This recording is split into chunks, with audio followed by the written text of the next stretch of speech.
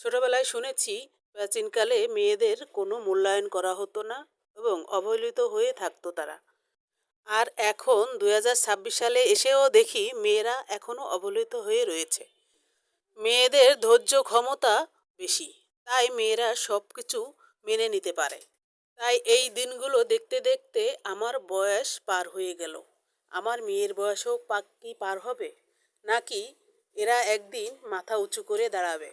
আমাদের সমাজে মেয়েদের ছোট করে দেখা সেই আগের থেকেই শুরু হয়েছে। কিন্তু এগুলো যুগ বদলালেও মানুষ বদলায়নি। এখনো কিছু কিছু মানুষ আছে যারা মেয়েদের ছোট করে দেখে, অসম্মান করে দেখে, অসম্মান করে কথা বলে।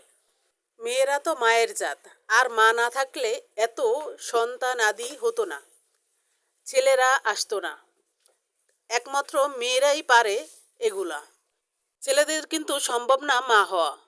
আর মা যখন হয় মেয়েরা, তখন তাদের সম্মান করা উচিত। আর কতদিন এভাবে মেয়েরা অপমান অপদস্থ হবে, ধর্ষিত হবে? এই পৃথিবীতে একমাত্র মেয়েই পারে একজন মানুষ জন্ম দিতে।